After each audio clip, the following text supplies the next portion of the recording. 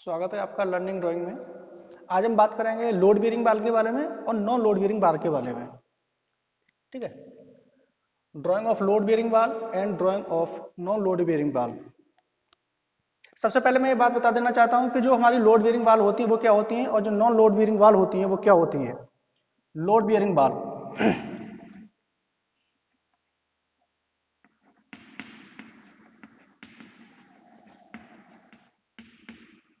इसको हम दो भाग में डिवाइड कर लेते हैं। दूसरा है हमारा नॉन लोड बेयरिंग बाल।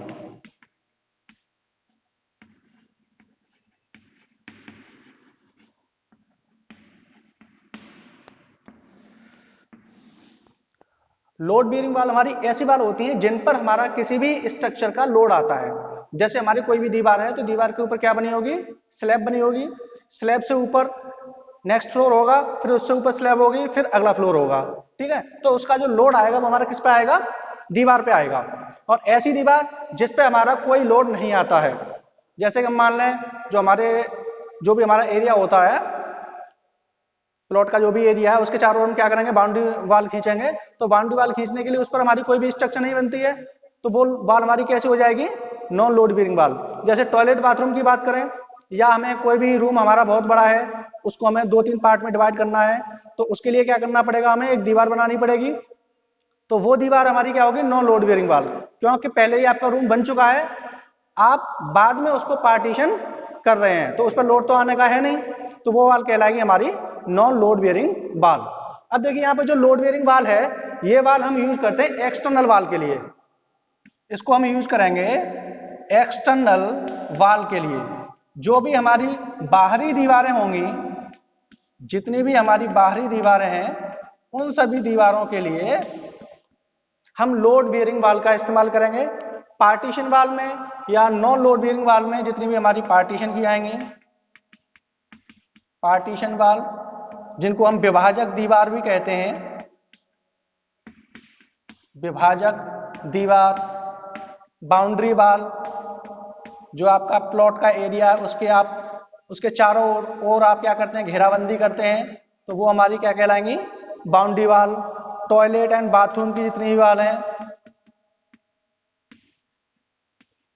ये जितनी भी दीवारें हमारी, ये सभी आएंगी हमारी नॉन लोड बेयरिंग वाल में।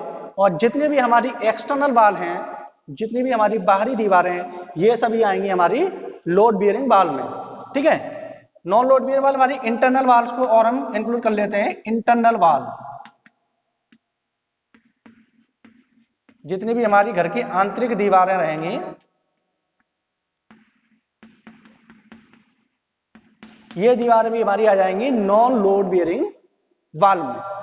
ठीक है, अब जो क्वेश्चन आता है आपका एग्जाम में, कई बार क्वेश्चन पूछा गया है, वो किस तरीके से पूछा गया है कि 20 सेंटीमीटर मोटी दीवार के लिए, 20 सेंटीमीटर मोटी दीवार के लिए बाहरी दीवार और आंतरिक दीवार दोनों के लिए स्प्रेड फुटिंग फाउंडेशन का चित्र बनाइए। 20 सेंटीमीटर मोटी दीवार के लिए बाहरी दीवार तथा आंतरिक दीवार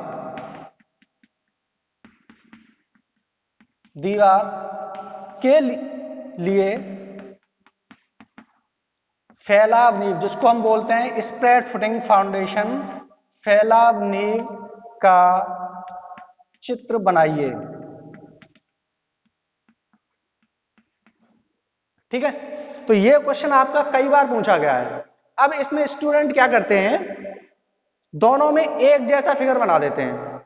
फिगर तो एक जैसा ही बनेगा, लेकिन जो उसमें डायमेंशन है, हमें गहराई क्या रखनी है, चौड़ाई क्या रखनी है, उसमें स्टूडेंट दोनों को एक जैसा कर देते हैं। तो इन दोनों में आज मैं आपको डिफरेंस बताऊंगा कि आपको लोड बेयरिंग वाल की फाउंडेशन किस तरीके से बनानी है, नॉन लोड बेयरिंग वाल की फाउंडेशन किस तरीके से बनानी है। आपको बस ये ध्यान रखना है कि हमारा लोड बेयरिंग वाल के अंतर्गत कौन सी दीवारें आती हैं और नॉन लोड बेयरिंग वाल के अंतर्गत कौन सी दीवारें आती हैं। जहां भी आपका एक्सटर्नल वाल आ रहा है, यानी बाहरी दीवारें आ रही हैं, इसका मतलब है वो दीवार हमारी लोड बेयरिंग वाल होगी। जहां भी आपकी विभाजक दीवार आ रही है, जितनी भी आपकी बाउंड्री वाल आ रही हैं, जो भी आपकी टॉयलेट बाथरूम की दीवारें हैं, ठीक है, या जितनी भी आपकी इंटरनल यानी घर के बाहरी दीवारों को छोड़कर जितनी भी आपकी अंदर की दीवारें हैं वो सभी आपकी आएंगी नॉन लोड बियरिंग वॉल में। तो आपका क्वेश्चन किसी भी तरीके से आ सकता है, वो नॉन लोड बियरिंग वॉल के बेसिस पर भी आ सकता है, पार्टीशन वॉल के नाम से भी आ सकता है, बाउंड्री वॉल के भी नाम से आ सकता है, किसी भी नाम से आ सकता है। ठीक है, तो इस क्वेश्चन को सॉल्व करते हैं। ये आपका कई बार क्वेश्चन पूछा गया है। अब इसमें हमें क्या ध्यान रखना है वो मैं आपको पहले ही बता देता हूं। जो मैंने आपको स्टार्टिंग की वीडियो में बताया था, थंब रूल जो हमारा होता है,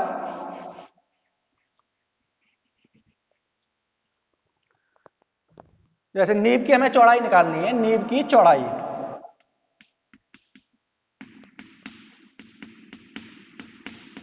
इसका फॉर्मूला क्या होता है, V is equal to 2T plus 30। ठीक है, 2T हमारा क्या हो जाएगा, T की वैल्यू हम कितनी लेके चल रहे हैं, 20 सेंटीमीटर। ठीक है, तो इसको हम लोड बियरिंग के लिए लेके चल रहे हैं एक बार, लोड बियरिंग के लिए, और दूसरा हमारा ये वाला नॉन लोड बियरिंग के लिए।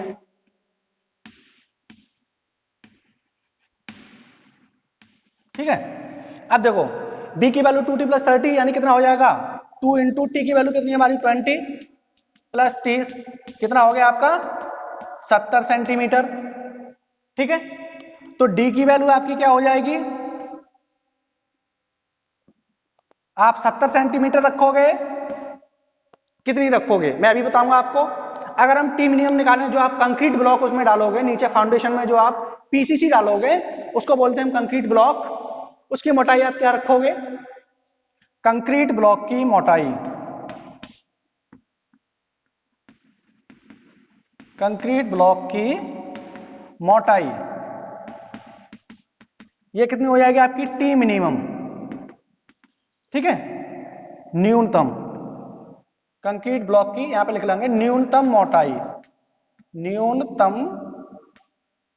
मोटाई हो जाएगी टी मिनिमम, कितना होता है आपका 5/6 इंटू टी। तो आपका 5/6, टी की वैल्यू कितनी है आपकी 20, कितना हो जाएगा आपका 100/6 इज इक्वल टू 16.66 सेंटीमीटर आ जाएगा आपका। ठीक है, 16.66 सेंटीमीटर। अब देखिए यहां पे, अब यही दीवार हमें बनानी है नॉन लोड बियरिंग वाल के लिए। ठीक है, नॉन लोड बियरिंग वाल के लिए, पार्टीशन वाल के लिए, आंतरिक दीवारों के लिए, यानी इंटरनल वाल के लिए, टॉयलेट बाथरूम की दीवार के लिए, तो सेम मोटाई यही है हमारी। टी की वैल्यू कितनी है हमारी 20, तो बी की वैल्यू भी फॉर्मूले से कितनी निकल के आ जाएगी हमारी 70, डी की वैल्यू कितनी आ जाएगी हमारी 70, और टी मिनिमम हमारी कितनी आ जाएगी 16.66 सेंटीमीटर।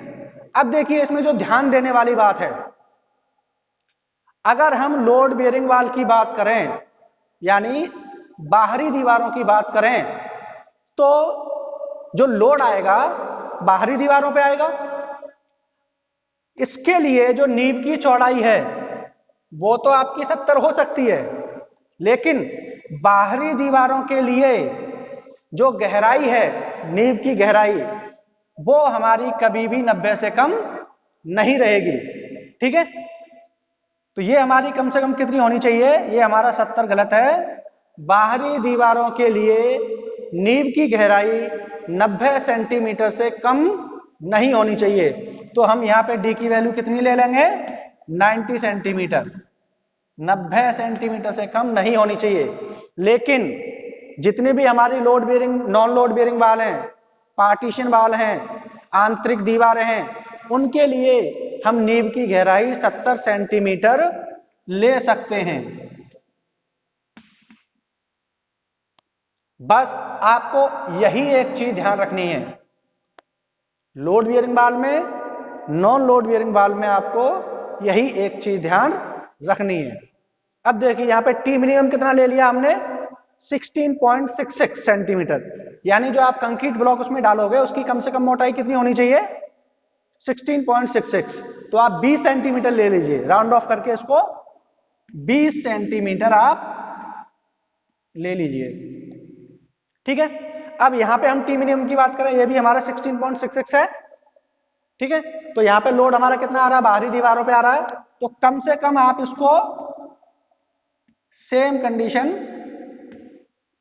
20 सेंटीमीटर ले लीजिए, या 20 सेंटीमीटर से जितना भी आप ज्यादा लेना चाहें, ठीक है, उतना ले सकते हैं। सॉरी, ये नॉन लोड बीम वाले तो 20 सेंटीमीटर के लिए काफी है, और इसमें भी आपका 20 सेंटीमीटर है, तो आप 20 सेंटीमीटर से ज्यादा जितना लेना चाहें, 25 सेंटीमीटर, 30 सेंटीमीटर, आप उसको ले सकते हैं। अब बात करते हैं बनाएंगे कैसे इसको।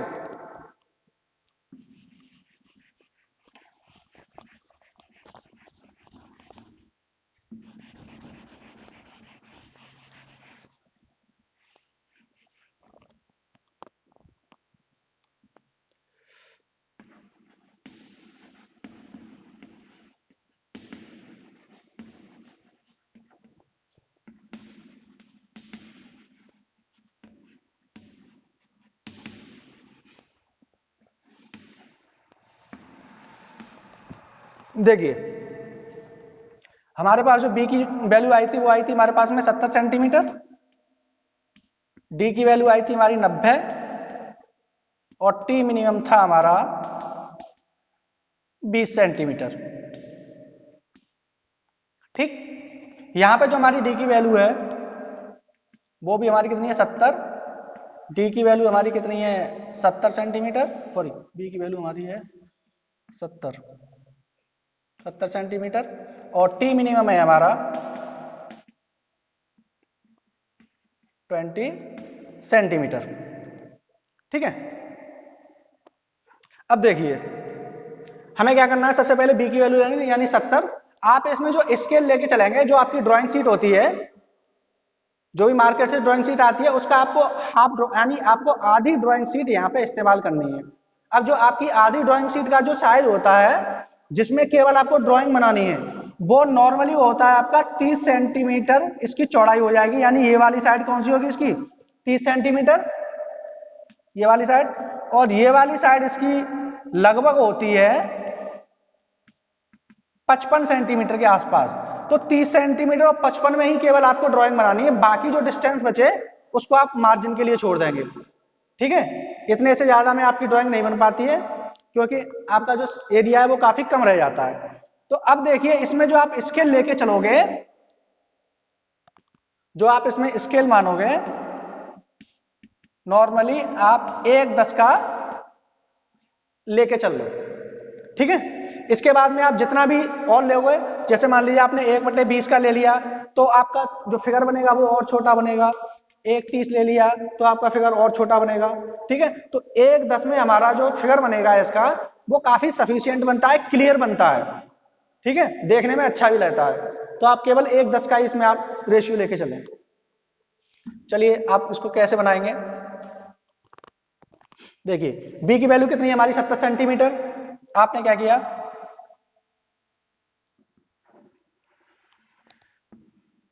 यहां से यहां तक की जो डिस्टेंस है वो आ गई आपकी 70, ठीक है। ये हमारा क्या है, कंक्रीट ब्लॉक, इसकी मोटाई कितनी रहेगी हमारी, 20 सेंटीमीटर। तो यहां लिख दिया आपने 20 सेंटीमीटर, ठीक है। यहां पे आप कंक्रीट का सिंबल बना दोगे दोनों साइड में। अब आपको 15-15 का प्रोजेक्शन छोड़ना है, इधर से भी आपने 15 सेंटीमीटर का प्रोजेक्शन छोड़ दिया,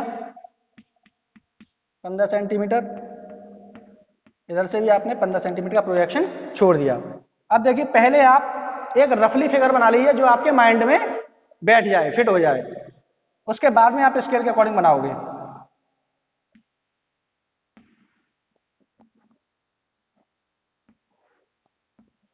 देखो, ये हमारा 70 का था, 15-15 इधर से कम हो गया, कितना बचा, 30 कम हो गया, यानी कितना बचा है, 40। ये कितना बचा आपका, 30 सेंटीमीटर। इधर से जो आप छोड़ोगे, आप वो 5-5 सेंटीमीटर के छोड़ोगे। पहला प्रोजेक्शन 15 सेंटीमीटर छोड़ने के बाद आप जितने भी प्रोजेक्शन छोड़ोगे वो सभी 5-5 सेंटीमीटर के छोड़ोगे। तो 5 इधर से कम हो गया, 5 इधर से कम हो गया, 10 कम हो गया, कितना बचा, 30। अब देखिए, ये जो 30 वाली दीवार है, इसको थोड़ा सा हम ऊपर लेके जाएंगे इस तरीके से, और यहाँ पे आप कहीं भी ग्राउंड लेवल दिखा दीजिए, यहाँ दिखा दीजिए आप GL ग्राउंड लेवल, और इस तरीके से आप इसमें सिंबल बना दीजिए ग्राउंड लेवल का। ठीक, अब ये जो आपकी दीवार जाएगी वो कितनी ऊपर जाएगी? ग्राउंड लेवल से कम 45 सेंटीमीटर, ये हमारा क्या प्लिंथ लेवल है। इसके बाद में आप यहां से DPC डाल दोगे इसमें। ठीक, फिर 5-5 के प्रोजेक्शन छोड़ोगे दोनों साइड से, और यहाँ पे ब्रेक लाइन का सिंबल दिखा दोगे। ये आपका 30 सेंटीमीटर हो गया, इसको आपको ध्यान में रखना है, ये आपको बिल्कुल मिडिल में लिखना है 30, यहाँ हो गया सेंटीमीटर। ठीक है, अब 30 के बाद 5-5 के प्रोजेक्शन ये छोड़ दिए, तो ये आपकी कितनी बची? 20 की। तो यहाँ पे आप इस तरीके से दिखा दोगे, ये आपकी दीवार आ गई 20 सेंटीमीटर यानी 20 सेंटीमीटर का। बाकी आप यहाँ पे दीवार का सिंबल बना दोगे, 45 डिग्री एंगल पे आपको लाइनें खींचनी है इस तरीके से।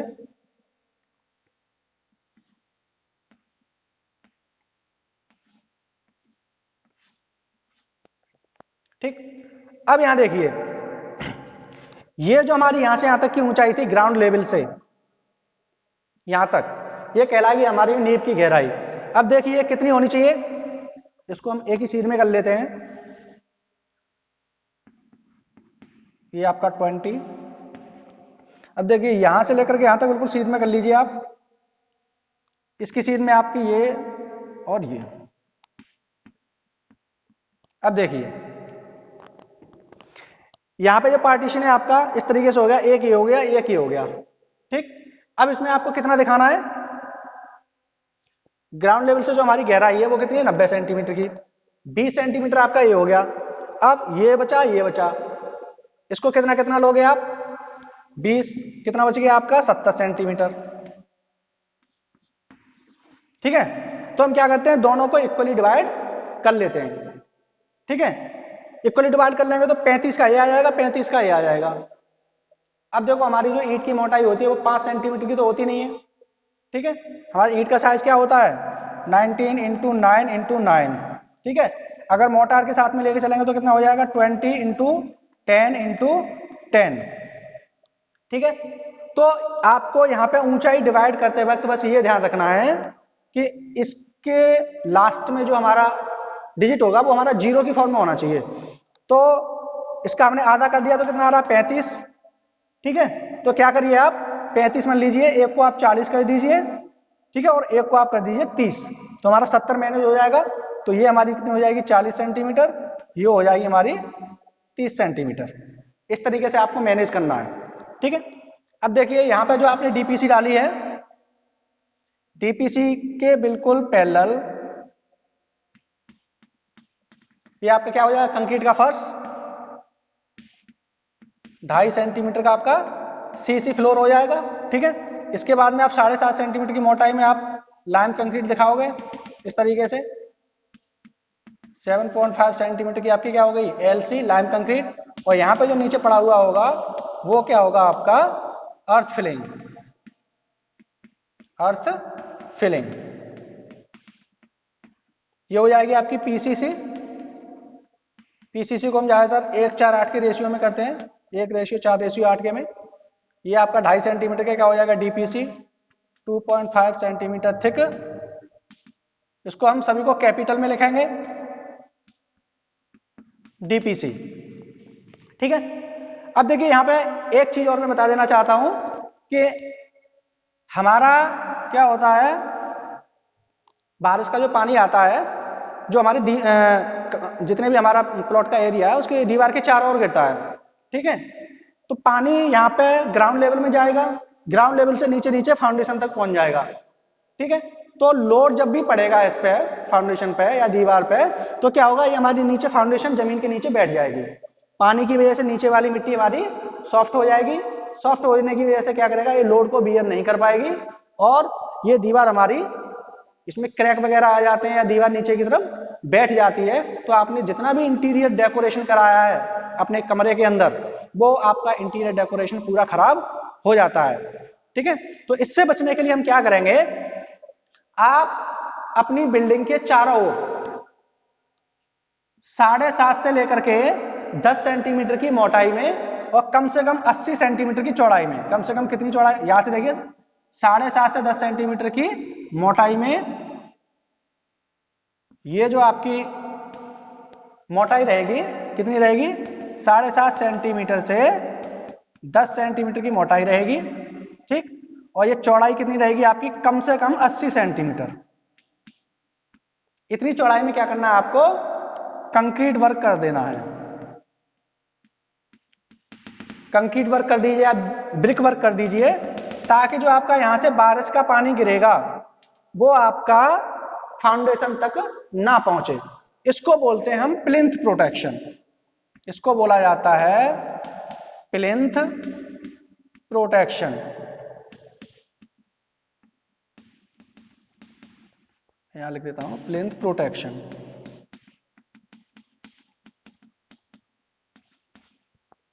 ठीक है, तो ये हो गया आपका किसके लिए, लोड बियरिंग वाल के लिए।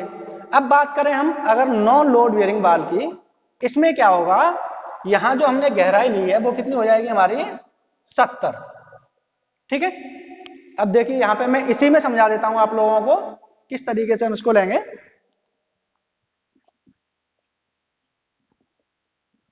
बाकी फिगर ऐसा ही बनेगा आपका। तो अब ये जो गहराई ग्राउंड लेवल से यहां तक वो कितनी हो जाएगी 70, 20 की तो आपकी पीसीसी हो गई। ठीक है, यहां से यहां तक टोटल कितना आपका 70, 20 की हो गई, बचा कितना हमारा 50 बचा।